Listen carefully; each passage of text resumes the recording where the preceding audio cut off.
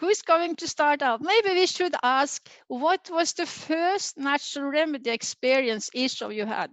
Do you remember? I do. My mother, I remember when I was around 9 years old, we were living in New Jersey and I got sick, and she had me lay down and put these hot towels on me, followed by cold. So she was doing hot fomentations, and that was the first time I ever experienced anything like that. And so yeah, my mom did things like that. Mercy's mom did a lot of natural remedies too. So Yes. did you experience that you got healed when she used hot and cold water?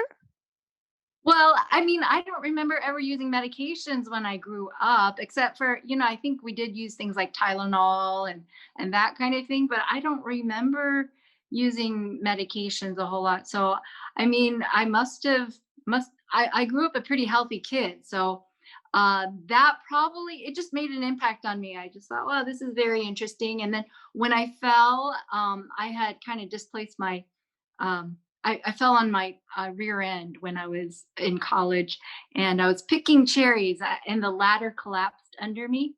And so my mom didn't take me to anybody. I think in retrospect, she should have taken me to somebody to make sure my coccyx was aligned.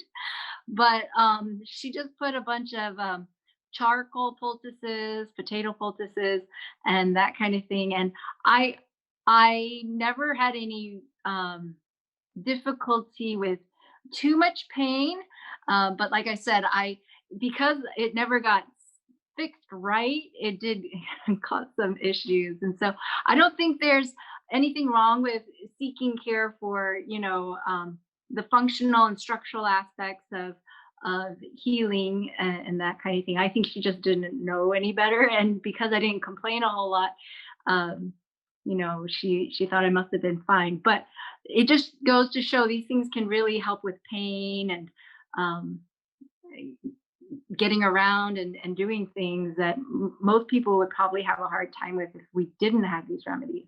Right. Well, we will come back to the charcoal and the potato poultice, but maybe you first can share, Mercy, about the first natural remedies which you can remember. So my mom used to do a clay poultices to all of us. We're five of us. So she will go put it in the newspaper, just the clay, wet clay, and put it in our abdomen. So we would sleep with that all night. Also, another remedy that she used to do is just wrap us with a sheet that was wet and just cover us and just leave us that way all night long. And another thing she would do is give us these little juices, concentrated juices, green juices every morning, after our water. So those are the things. But something that impacted me a lot about natural remedies, this was when I was older and my mom was in our house at that time. One time I burned myself really bad because I picked up something from the stove because I didn't cook in the past, right? I started cooking when I was 49, now I'm 60. So I hold the iron pad with my hands, with my bare hands. So I burn myself and I say, oh, crazy. And now I'm going to end up in the hospital with this big wound and I'm not going to be able to work, who knows how long. So my mom gave me an onion. She just cut an onion. So I put it in my hand and I just hold it this way. So I kept doing whatever I was doing with my left hand. I think I was eating and doing whatever. So after an hour, I said, I better see what's happening with my hand. So when I opened my hand, it was nothing. It was just a little white area that it wasn't open, never, got blisters, anything. So that was very impactful to me. So I was thinking, since this is such a healing, regenerate cells just immediately, this must be powerful internally. So this is, for us, onion is a staple remedy. We use internally, externally, we use cook, we use steam, we use raw, we use different ways depending what kind of problems people have.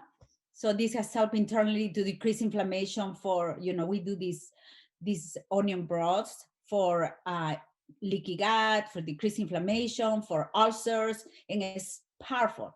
So externally, of course, for wounds, for not just burning wounds, for any type of wounds, for infections, external infections, internal infections. We do enemas with onion broth.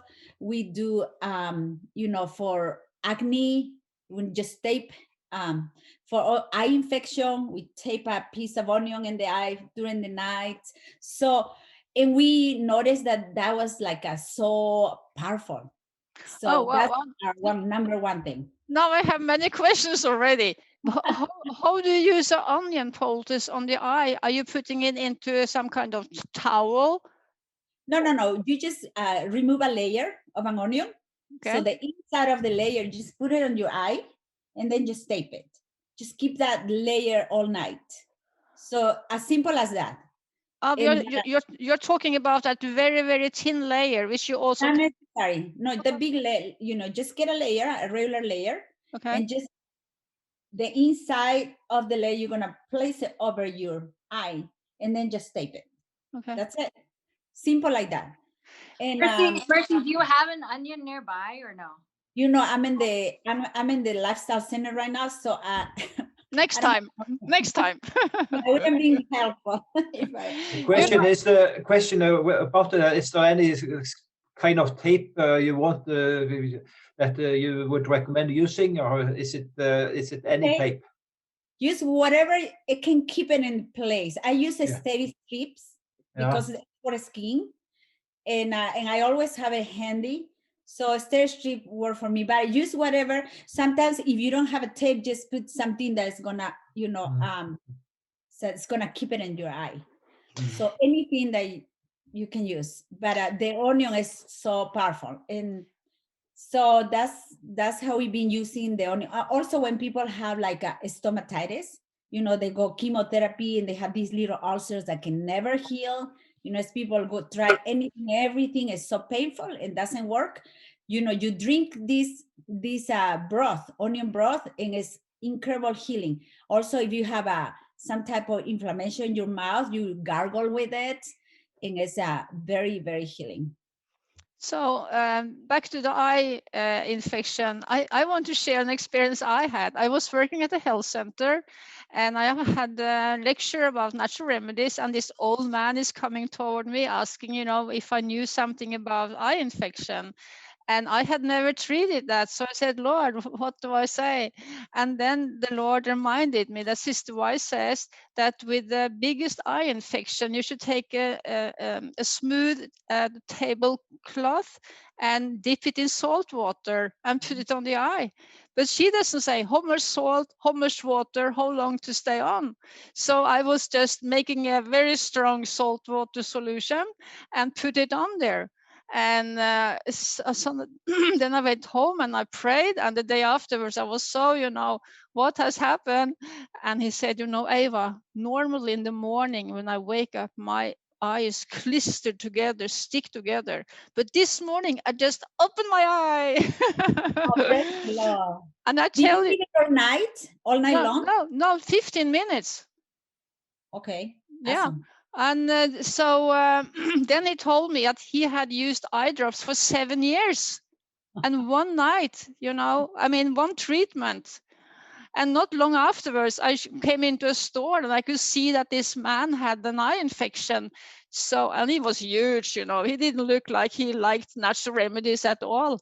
But I just had to ask him, or tell him, you can try to, then I was sharing with him. And he just, just like he didn't want to listen. And then a few days later, I went into the store and I said, wow, your eye has really become good. I did as you said. So yeah, that's interesting. Yeah, but can you share a little bit more about this clay? Because I have been doing quite many clay treatments myself, but not in the way you have been doing it. Because clay can be a huge miss in the room when you use clay treatments. How do you use clay and not get it in the bed? And I mean, you said that your mom put clay on your stomach. Well, our beds were a mess. They were stained because of that. Our sheets were stained. But it doesn't have to be that way. What we do with our clients, you don't want to the clay to dry either. So the clay, you're supposed to put it for short periods of times, or you have to replace it. So we learned that right later on, but my mom just put the clay there because we're not sick. This was a prevention pretty much. Right. Yeah, we all were very healthy. So now what we do, we had a lady that had a liver and kidney failure. So for the kidney, we use charcoal because she wasn't urinating much at all. She was urinating just drops. She was supposed to die in 4 days. So in the liver, she had the liver was failed already because it was transplanted liver. And that transplanted liver was already failed, right? I mean, she's dying pretty much. So we use clay there. So what you do, you just, mix it up with a little water, and you can put a little flaxseed, something like that, or psyllium, and then just put it in a paper towel, and then you cover the area. To keep it moist, you have to wrap it up with plastic. Right. And then whatever way you can keep it in place. Right. And so that's how we did for this lady. And this lady did really well. Yeah, for 2 months. Yeah. We once had a lady, she was in her 80s, and she came with small wounds all over her body, but not in the face. And I went to the closest neighbor who was, what do you call these people who have clay and they make, cups and plates and... artisans. Yeah. So I asked, can I buy some clay from you? And I warmed it up and just struck it all over her body. And it was really, tickling and working really, but all infection went. So, but it was a big miss, in the whole bedroom, in the bathroom. So, I've found too, like, you know how you can take charcoal internally. If you get certain types of clay, you can take that internally. And I found it help for weird things like urinary tract infections and things like that.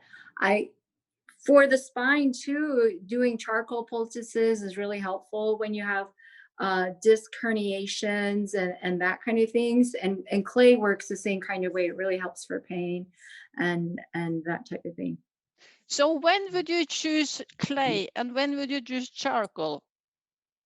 What different Me personally, like, clay is really easy to mix up and it'll wash off pretty easily.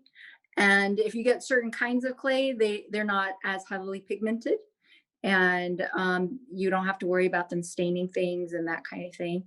I was using this clay from Wyoming called Pascalite, but there's also like living clay that has less of some of these heavy metals and that kind of thing in them. And that would be what you would want to take more internally.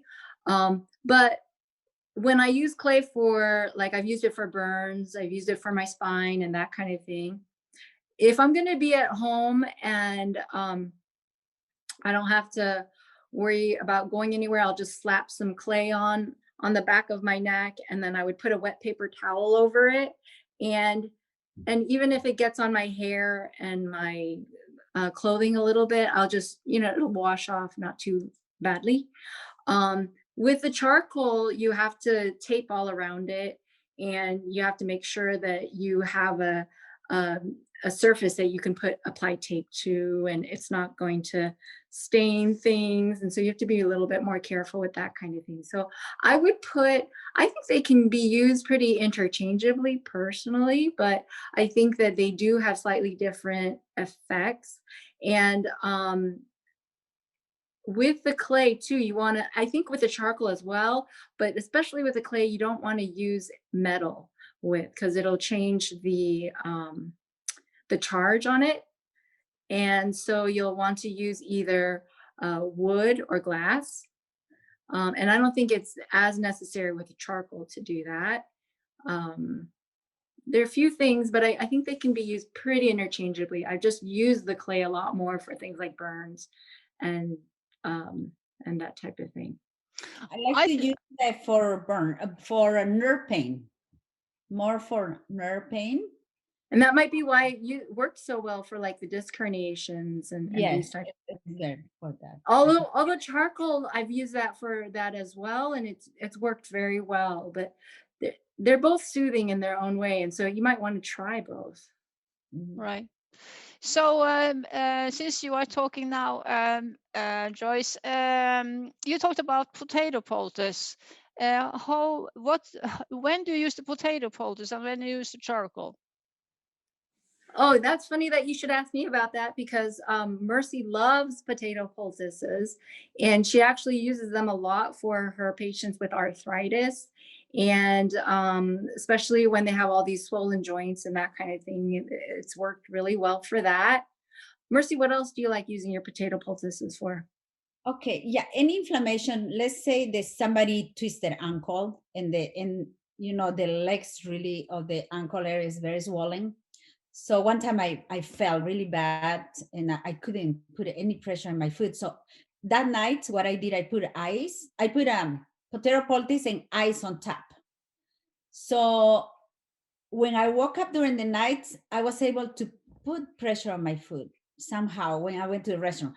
But in the morning, the pain as well was 100% gone. It's so powerful. Potato, so powerful to help joint issues, joint swelling, and joint inflammation. Is that powerful? Even with people with arthritis, like Joyce was saying, people that cannot move her fingers because it's swelling, so they can start moving the next day. From this, it goes from something so stiff to start moving.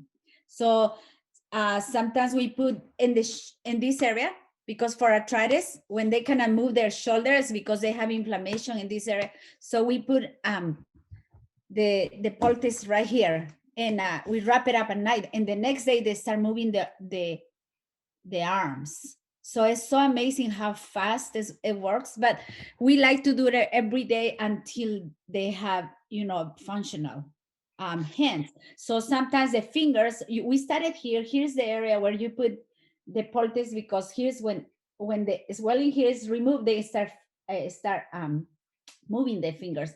But then after that, the swelling goes down 100%, and then we go the fingers. So we wrap the fingers with potato poultice and wrap them up and put some gloves, and they go sleep. And in few days, all the swelling is gone and they start moving the hands really well. So that's why we use potato. Also for infections, it's good. For joint infections, my husband had a very, very, very serious accident. He almost died, and he had wounds and swelling, right? So we had to put during the night. I mean, it's night and day we put potatoes, especially at night. We change it at night and then in the morning again. And if we wouldn't put it, the swelling will come back. And then for the wounds, we put honey, because I try all kind of things with him. That was my chance to experiment with everything I wanted to experiment. So I try all that, and it just, the honey worked the best for the infected wounds. There was a wound that went all the way to the bones, and then it was very painful, but as long I was working well, and then the potato just kept it like all the swelling down. So it was just amazing combination. Amen. So do you know the theory why does honey work like that? Do we know? Because the sweetener pulls that infection bacteria. It just destroys bacteria. So but also has honey is very good for cancer, very good also cancer also, and wounds. So healing, it regenerates cells also, because we work in people that have cancer and tumors cancer, and then it help in an amazing way. The tumors will go away. We try. The first experiment we did was in a dog that had tumors in his leg, and the tumors burst, and they were so the dog stopped walking, stopped eating and drinking. And so what we did is we put every day we soak the legs in Epsom salt water, warm water, and then after that we'll put honey directly in those open wounds, and then we wrap it up. So all we wanted was just help the wound, right? So it will close the wound so the dog won't be in pain. But, you know, after 2 weeks, the tumors were gone also. Not just the wound, but the tumors were gone. So we're like, oh, wow, this is amazing. This is, you know, it's just for cancer also, tumors. So we had a lady that had a cancer, breast cancer. So we started using on her. And then the cancer started decreasing, I mean, overnight, a little bit, because this was a large tumor. So it was a little bit, and it was sealing, so it wasn't bleeding. So then I ran out of honey. So the next honey we found, it had to be raw and had to be organic. So the other honey wasn't as good honey. So we had to, you know, find a way to find a good honey that was raw and was organic. And so we could keep doing that. But she was only for 10 days. You know, our programs are 10 days. So we said, well, continue doing this and things like that. So, you know, honey was just amazing for tumors. I will do, you know what, for growth tumors, there was this lady at the church that she had a cancer, a skin cancer in our church. So we did turmeric for another person. I mean, we can tell you hundreds and hundreds of stories, but this guy, we did a turmeric work amazing. Overnight, the tumor just came off. But, you know, you have to be careful to keep doing it because the cancer cells is still there, right? So you have to keep doing this. But another lady at the church, it wasn't working as fast, the turmeric. So I said, well, put onion poultice. So just, you know, just shred the onion and just put it in there and put a Band-Aid there. You know, that's what you can do in your eye too, right? With a Band-Aid when you put the onion. But anyhow, she put it, it was on her forehead. And she came after 2 weeks and she said, that was gone so fast. So she didn't need to get this, you know, treatment, right? That they do for skin cancer cells, things like that. So, you know, these things that are so simple that God made it have multi-purpose. It work in different ways. And so we don't need to find things that are expensive, that are out of our reach. And, you know, if you don't have honey that's organic and it is raw, well, put an onion, right? If that onion doesn't work, make a broth of garlic, you know, and just use that. And if that you don't have that, use potato, you know. So we have these things that are just food that are super healing for different things. So to me, this is the work that we have to do, the medical missionary work with the simple things, because, you know, there's things that are expensive. People ask me, how about this herb? How about this herb? So I never heard those herbs, you know. We use whatever we have on hand. If you have in your jar, you know, dandelion, you know, use dandelion. You have, you know, these simple things that grow naturally around your area, but instead of spending money buying this and buying that. So for ourselves, for our wellness center, we use everything as simple as we can. So they can, because, you know, it can be expensive when you buy these supplements of this kind. So we don't use supplements either, because we don't believe supplements are good, because they're not natural either. You know, they remove these extracts that are not natural. God didn't create it that way. You know, there has been studies when they use the natural way, like a turmeric versus curcumin, right? Curcumin. Mhm. So turmeric was better. I mean, turmeric is the whole thing. So that's how we like to do, as natural as possible, as simple as possible, in the way God created. Amen. So you became physicians. Is this what you thought you should learn in school, Joyce? Are you asking me because you know the answer, Eva? Yeah, I know. But the group here doesn't know. Yeah, so for those of you who don't know, Mercy went to medical school, and she's worked as a nurse here in the States. I work as an ophthalmologist, and but prior to going to school, I was reading a lot of these books that Ellen White had written about how we are supposed to get out into nature and natural healing and natural remedies. And I had heard someone talk who had come from a lifestyle center, and he had shared about charcoal and hydrotherapy and how he had used them to save his life. And I thought, whoa, I you know, my mother did natural remedies for me, but I didn't realize how powerful they could be. And that was that was something that just really piqued my interest as a college student. And I thought, you know, when I go to medical school, I'm sure I'll learn about these kinds of things. And so when I went to medical school, and we were taking classes, even taking classes on nutrition, which I thought that I would be interested in. The way that medicine works, it's like everything is kind of reduced down to its simplest element. And it's kind of taken apart from the body. So you don't really understand how one chemical works, where you have to figure out like where you're going to get that chemical even. And so everything's kind of isolated, and it's a lot of memorization and that type of thing. And I just couldn't put it all together. I was just, for me, I have to be able to figure out why is this important? How does this work in the body? And how am I going to be able to implement all of this when in patient care? And when I couldn't do that, I just thought, well, I guess I'm not that interested in nutrition or this aspect of it. And I thought there must be something wrong with me. And it wasn't until I finished my training and I was in practice as an ophthalmologist that I had time to go back to do conferences on my own. And I was going to lifestyle conferences and learning about plant-based lifestyles and hearing about people getting better with a plant-based lifestyle, that I realized that, you know, there's a totally different paradigm. There's conventional medicine, and everything is kind of reduced down to its parts. It's kind of like, I treat the eyeballs. There's an ear, nose, and throat specialist who treats the ears. And there's a gastroenterologist who treats the digestive system. And then we're all on different medications for each different thing.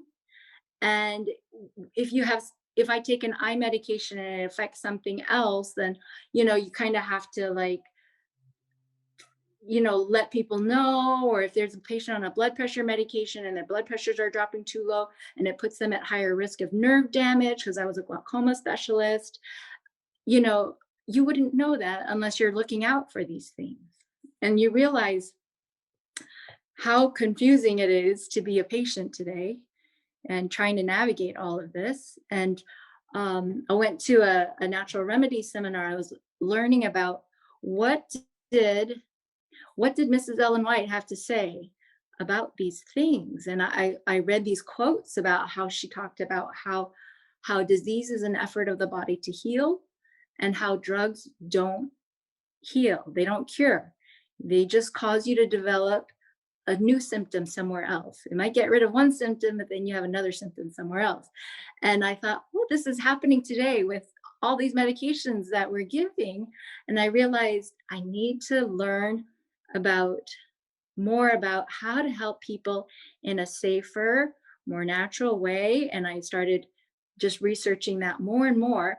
When I started working with Mercy, that was when, you know, I saw how Mercy was dealing with things, and the way that it's a little different, I think, than what some other people might do. Because I think that there are a lot of doctors who do what we call integrative, where you do conventional medicine, you give medications, and then, but you're also trying to change people's lifestyles, try to get them better that way and try to minimize medications. And I think that's a good starting point. But I think it's really powerful too, if you're really trying to think, okay, how can we live in such a way, like if you still are having problems, let's do even more with the lifestyle. If you're still having problems, let's do even more with the lifestyle. Let's do even more natural remedies. And there are a few Adventist physicians who believe in this model and really try to figure the body out that way. And so that's been a journey for me that I'm learning about even more nowadays. And I forgot the question. What was the question? Have you, well, what was the question? Have you reacted when you came to the doctor school to become a doctor. Oh, yeah, right. Yeah, I was very bewildered, as you can probably imagine. I was in there and I was learning about IV fluids and these kinds of things, which are, you'll have to know about if your patients end up having an acute problem. But yeah, I was really bewildered. So that's why I probably, it was a blessing I went into surgery, and I can help people operating and doing cataract surgeries and this kind of thing. But I help people, educate people on these things, and I think I enjoy it even more. So yeah. So back to you, Mercy. How did you were the one who first found out, the Lord first showed you that you needed to sprout everything before making food. How did that thought come to you? When I was growing up, our parent, my mom soaked everything, all the legumes. She soaked before cooking. So that was something that I learned from her. But so when we started the lifestyle center, that's what we teach them. You had to do that, soak that. And the thing I found some studies that all the seeds, when you soak, you remove lectins, because lectins, anti-nutrients, can be a problem in people that are vegetarian. So we started saying, wow, okay, so we soak every seed that seeds, like for cereals, right? Like amaranth, buckwheat, quinoa, things like that. And then we soaked also, of course, all the legumes. And they said, well, if they have anti-nutrients, I found some studies that said the anti-nutrients on the nuts. So we start soaking the nuts and we dry them and put in the freezers for later use. So, but then the more I was getting into it, I found out that when you sprout it, not just soaking, but sprout it, the nutritional contents of the foods are incredible, better. And also the digestion, you digest them better. It's easier for the digestion, because what we see patients here, I mean, our clients are, very sick. Their digestive system is very sick, because we see people with autoimmune disorders, and autoimmune disorders is linked to leaky gut. So I said, well, if leaky gut, food are leaking, they just cannot digest and are losing so much weight. And so we better, if sprouting is going to make it easier, let's sprout it, right? So we started sprouting buckwheat and quinoa, and people were tolerating better, and that we were not sprouting everything else until this just happened 2 years ago, until our grandbaby ended up with eczema because she couldn't breastfeed, and they were feeding her in the hospital a formula that had GMOs and all that bad stuff, right? And so she developed very, very serious eczema.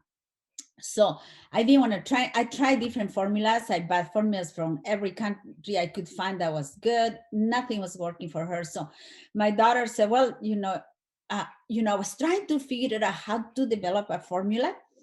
So I was studying here and studying that. Okay, why do they make a homemade formulas, and asking different people? But I was afraid to do it because, I don't know, I'm not a pediatrician, and I don't know anything about kids. I never wanted to get involved with that because it's difficult, and liability and things like that. But my daughter one day, she said, well, what can be worse than what's happening to her?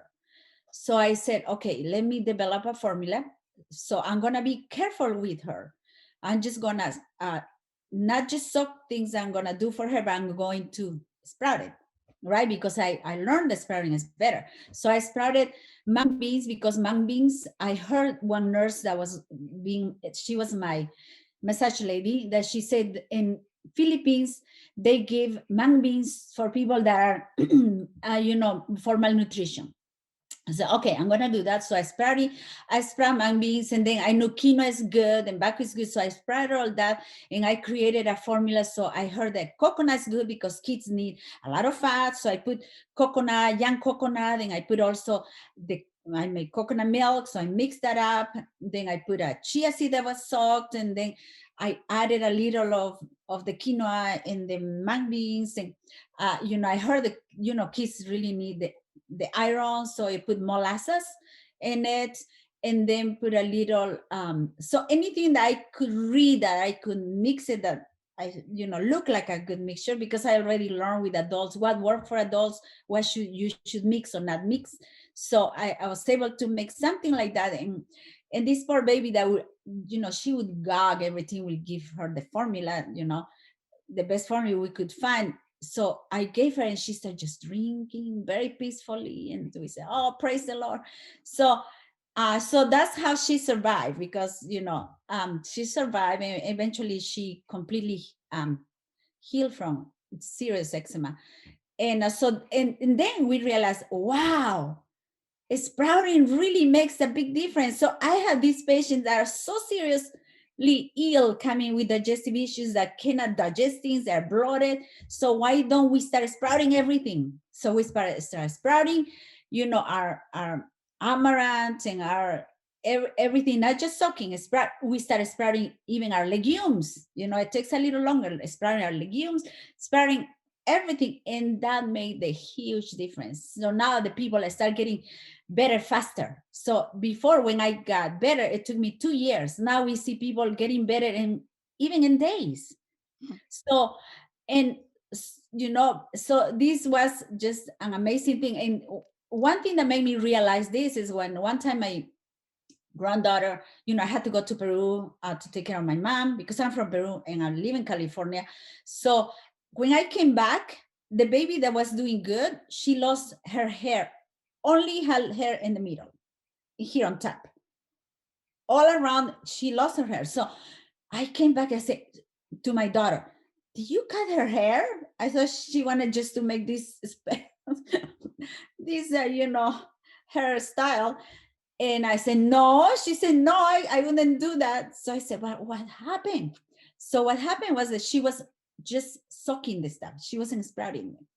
So maybe I think that's the problem. So we started sprouting again. In 4 days, the little hair started coming up. 4 days. So the amazing thing is that it doesn't take that long.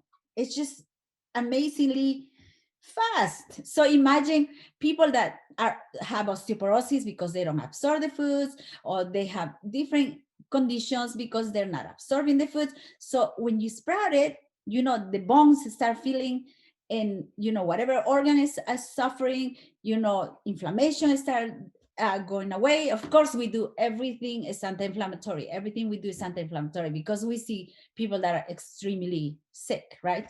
So that's how it came, the sprout. So now the sprouting, in the last 2 years, we've been implementing very, seriously, and we tell our clients to be very careful that you not just soak, but sprout it. So that's been powerful. Amen.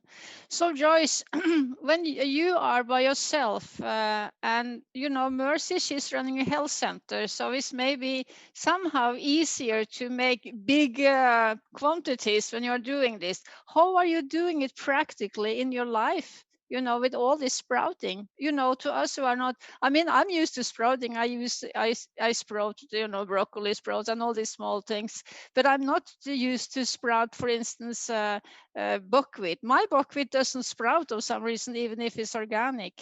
But how are you doing all these things to do it in a simple way? Did someone say something? Oh, I thought someone had said something. What I do is Mercy will rotate everything quite frequently, and she has a family, you're right, and she doesn't do leftovers, so she cooks just the right amount. And I tend to be the kind that I will soak and sprout things, and then I will have leftovers, and I might use it for another meal. That means that I might eat the same thing more frequently than Mercy will. Because Mercy tries to rotate things so that you don't have so much, like if you have cooked pinto beans, that you'll only have it on one day and then maybe like 4 days later or something like that. For me, I might have it 2 days in a row or something. Or I might rotate it, like if I cook 2 different beans, I might rotate those within, the week and have it in the fridge. So I do a little bit more storage and that kind of thing. But I think the thing that I'm very careful about is that, the thing that I'm careful about is that I always have the greens and I always have the berries every day. So I try to make sure that I have the live foods that I need, and that I'm not cheating on anything. I long have learned that when I go back to eating foods that I used to be tempted by, that I'll have symptoms right away.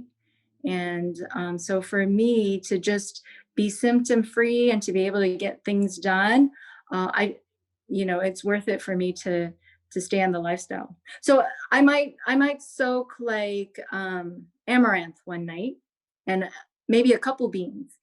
And I might do all of those things in one night. And then the next day I will be cooking some of those beans. And then some of those beans I'll keep over for the following day, and then they'll start sprouting, and then I'll cook those. And then with some of the things I'm making bread, like amaranth or buckwheat or quinoa, I'll make bread with it. And some of them I'll cook with it. And so I usually just start sprouting a whole bunch of things. I'm not like someone who will write everything out and plan everything and do a lot of organization. That's not my personality type. And so I to be honest with you, I kind of wing it. And I just look and see what I have, eat leftovers, that kind of thing. But as long as I have my green smoothie in the afternoon and my berry smoothie in the morning, and I'm getting my raws and all the things that I need, I feel like I'm doing okay. So I think I was on a program with you and Mercy, who said that that if you have one day with gluten, it takes about 14 days to get that stuff out of your body. Is that right? It can set you back because it takes a while for your intestinal cells to regenerate, and so you have to recover from that injury. So it takes a while to do that. And then the other thing is that, all that inflammation that it causes, it takes a while to recover from that. And so there are people who will set themselves back up like every week. And so they are never healing because, maybe one week they're like, I'm going to reward myself with some pizza. And then the following week, they reward themselves with ice cream. And then the following week, they reward themselves with, it might not be anything that's really bad. It might just be something that they're sensitive to, like, gluten in some form. Right. And so they're just never going to heal. Right. So you have made a cookbook. Do you have one of you have a cookbook available just to show the group here? I do. Let me see. Here. Oh, that was so nice. Let me see here, but it is also an ebook, so anybody can have it. And so it's called the Autoimmune Plant-Based Cookbook. And Mercy, why don't you open it up to your the first day? That waffle recipe is people's favorite. It's made out of sprouted buckwheat. It has sprouted buckwheat, sprouted sunflower. It has arrowroot and salt and flaxseed. And that's it. And you can make it without the arrowroot, so that it only has 4 ingredients in it. And we have done it so that everybody can just look through it. It'll tell you, okay, soak your sunflower seeds, soak your buckwheat overnight. And then it'll tell you to, then take that quantity of sunflower seed, put it in a blender, So we walk you through the whole process. So you don't have to be a real good cook or anything like that. Yeah, the good thing about the book is that it's a menu. We have a menu, 7-day menu, because people have no idea how to combine the foods. And it's so important that to eat very balanced, plant-based, right? Because some people eat, green smoothie every morning for breakfast, and they're missing all kind of other groups of foods. So they're not getting all the nutrients they need. Sometimes so they don't know how to put the this recipe with what recipe to make it a balanced breakfast or lunch.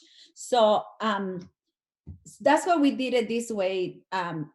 Put it like, okay, breakfast and lunch, and everything for your breakfast, everything for lunch, everything is rotated, everything is, soaked, and everything is, we follow all the principles the book is teaching.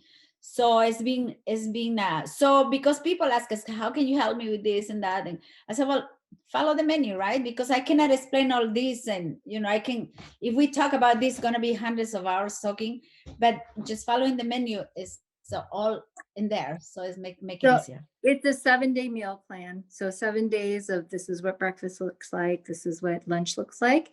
We don't have a dinner plan there because it gives people opportunity to do just 2 meals a day. And that way they're fasting when they go to sleep at night, and gives their stomachs, their digestive systems, the opportunity to rest with the rest of your body. And also included in the book, we have principles of how to eat, so that we show you, like, this is how much rest you should get after each meal.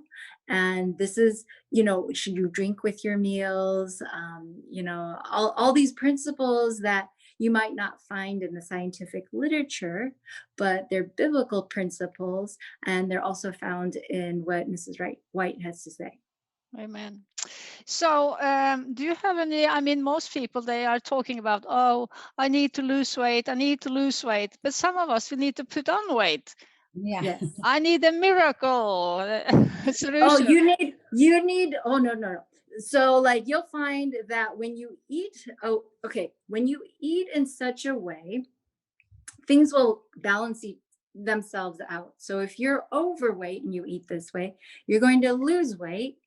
And if you're underweight, a lot of times it's because of malabsorption, because your intestinal cells are so damaged that you're not able to absorb the nutrients that you need. And so it really does help you with that. I have found too, this is not a low fat diet. We don't use any free oils there because because of rancidity issues and these types of things. But we do incorporate the use of foods that have fat, like avocado, coconut, seeds. We don't use any nuts because nuts tend to be more difficult for people to digest when they're trying to heal. Grains tend to be more difficult, so those are not in our books. But we have found that people who need to gain weight, that they do quite well. And especially if they come to Mercy's program, then we can work at them one-on-one. And then it is, of course, easier that way. But you try out with making sure at least you got the basics down of the principles. As you're starting to heal, you will find that your body does what it needs to do.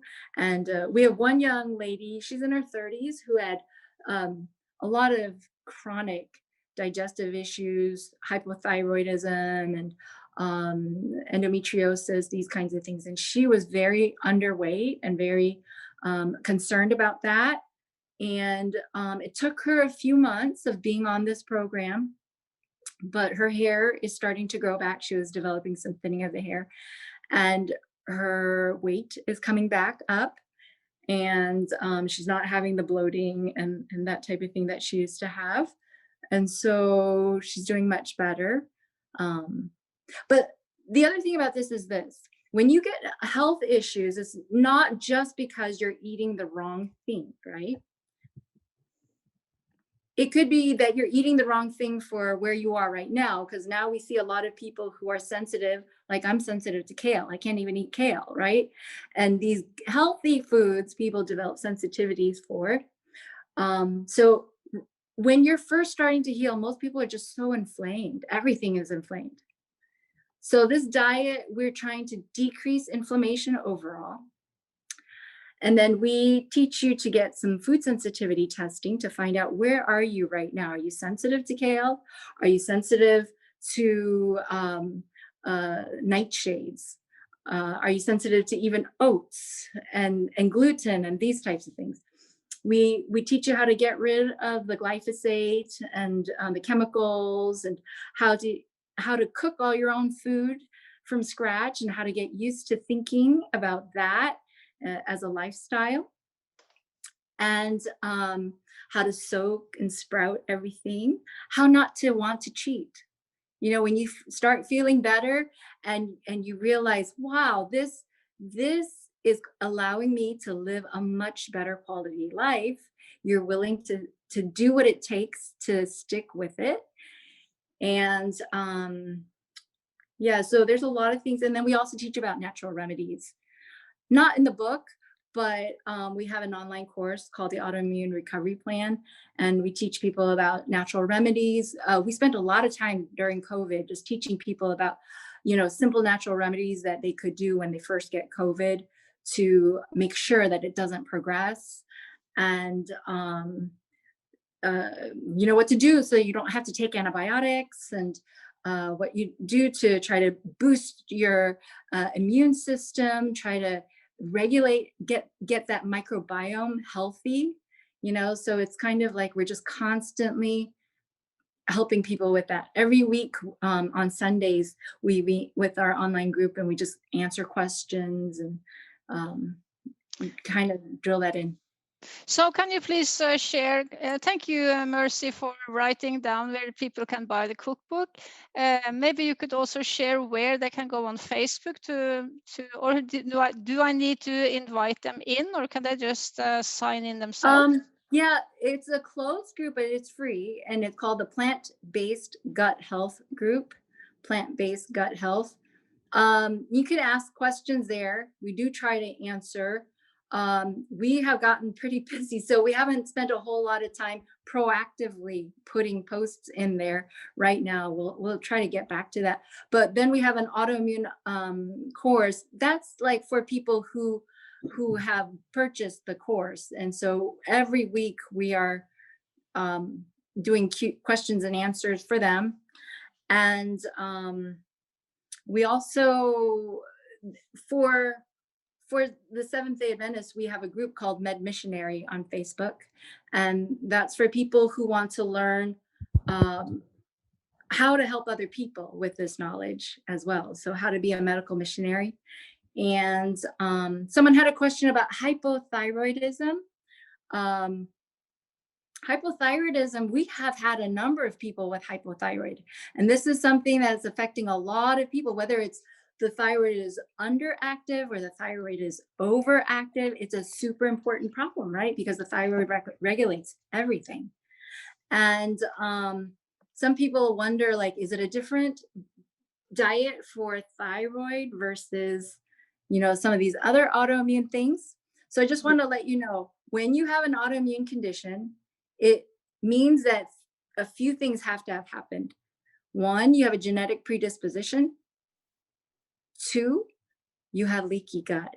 You have gut permeability. So you have you might not feel pain or you might not realize it, but your gut is not happy, and it's allowing toxins and other things to get into your system and cause inflammation. And then the third thing that has to happen for you to develop autoimmune is for you to have an inflammatory trigger. And that inflammatory trigger can be things like medications, you know, even vaccinations and these types of things. It can be stress. 80% of those who have autoimmune have some kind of stressful event. So it's like any kind of thing that can trigger an autoimmune condition. So for hypothyroidism, it would be the same thing. We decrease all sources of dietary inflammation. We do the laws of health.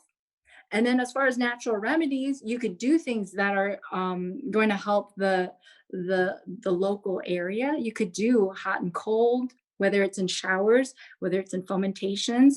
You could do charcoal poultices to the area.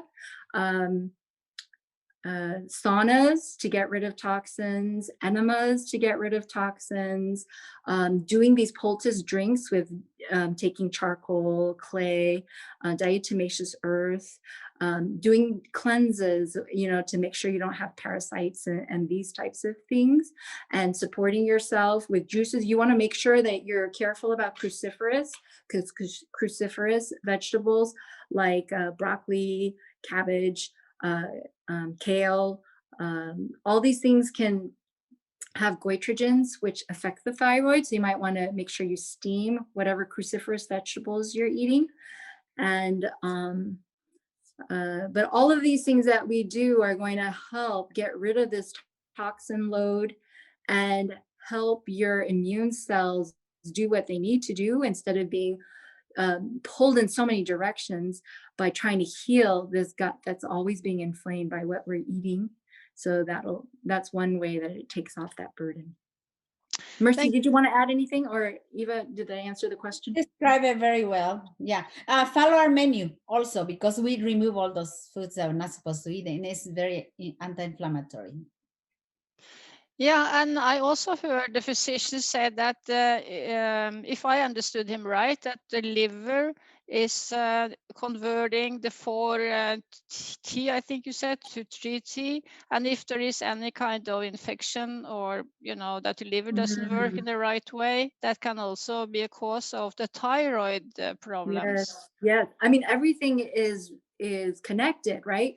And so, I mean, there's so many things that are going to contribute to this inflammation. If you have chronic inflammation of any sort, even if you're going outside and cutting yourself in the same place every day, this local source of inflammation will turn into a systemic problem, because you're constantly recruiting cells to heal something. And those cells, then you don't have the reserve to do the things that they need to do. Right. So we have to get rid of all inflammation. That's why diet is so important.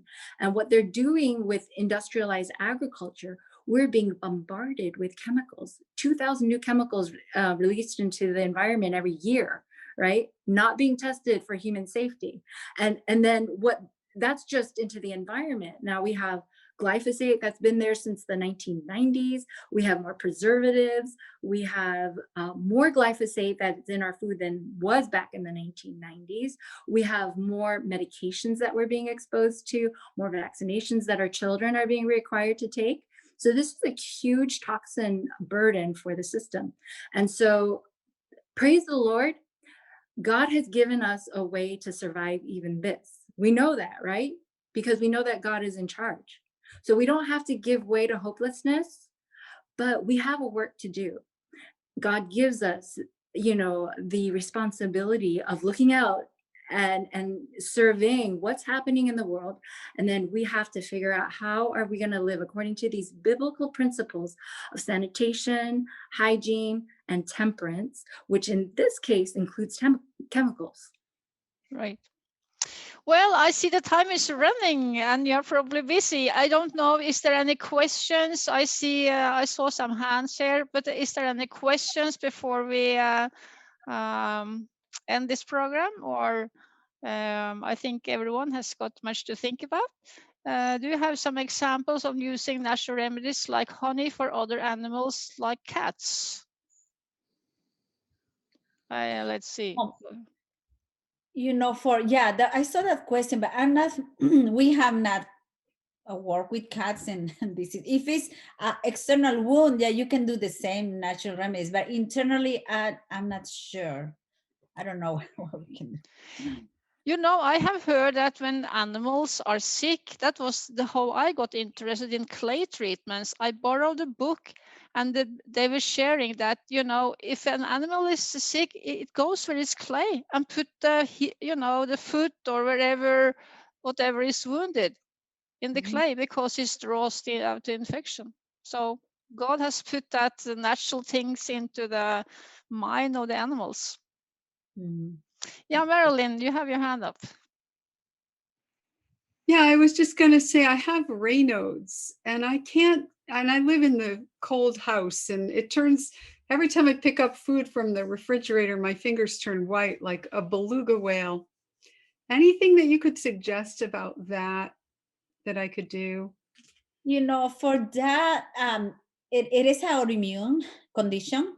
So you have to work on following the protocol. Perhaps the book will help you. There's a lot of information there. You know, it's internal inflammation, and you probably related to leaky gut. So all those changes in the food are gonna be helpful. Perhaps you can start with a little detox, just 3 days of juicing, green juices, and maybe a tea, onion tea, garlic tea for 3 days, and then start the menu and follow those principles. So how do you make the onion garlic tea? 1 onion, large onion, just cut it in half or 4, and then about 5 cloves of garlic, just crush it, and then make a tea, put a little salt to taste, cook it for about 15 minutes. You don't want to cook it too long because it can be sweet. So, it doesn't taste well, onion, sweet. So that's as simple as that. And then the juices, you don't want it to be too sweet. So we do a little less juice of carrots and more of greens. Like, for example, 1/3 of carrot juice and 2/3 of greens. So that's how I do you juice. And then you can keep doing the juicing after you start following the menu. Can I juice using a blender? Because I don't have a Vitamix anymore. You can do that and then strain it. Okay. Yeah. But do consider maybe getting a juicer. And the other thing, if you are struggling with the Raynaud's, have you gotten workups every year for any hormonal issues or thyroid issues or anything like that? I have had tests for my thyroid, and they always, they don't go very deep, but they always come back normal. And I did see a holistic doctor for hormonal issues, and for a while he put me on a bioidentical hormone. It didn't fix the Raynaud's though.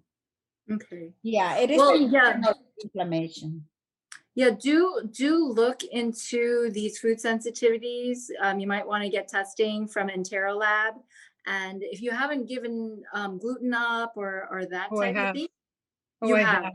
I've given up dairy and gluten for years. Yeah. Yes. Okay. And then we have also the oats and the corn and the soy and the yeast. All those are a problem, can be a problem. I got to the point where I couldn't eat anything, and I just said, this is stupid. I can't live this way. And I went back to, it was like everything in my garden, my food sensitivity said I was like reactive to everything I was growing. And I was like, this is crazy. I have to live. Yeah, so you have a toxic burden there, right? And so have to figure out what to do about that toxic burden. Probably the little detox will help you. Maybe you should do 5 days. And then, but the main things that we worry about are the protein links. Because once you have a serious leaky gut, you're going to react to everything. But that doesn't mean you have to stop eating everything. In our book, you'll be very surprised. There's so many variety of foods that you're going to eat. So it's not like you're going to miss things. I mean, we don't eat these 5 foods in that book because we find out those are the more problematic things that are linked to our problem. But then you're going to enjoy other foods too. Good. Yeah. I didn't want to get down, unless they're giving me manna, I didn't want to go down and just eat nothing but 2 foods, So no. We're supposed to eat a variety of foods because that's the key to heal. Because we need to feed a variety, different species of bacteria in order to be healthy. So if we're eating only few foods, then that's not going to happen, right? Because we need to eat variety of bacteria. That's one of the keys of, of healing also.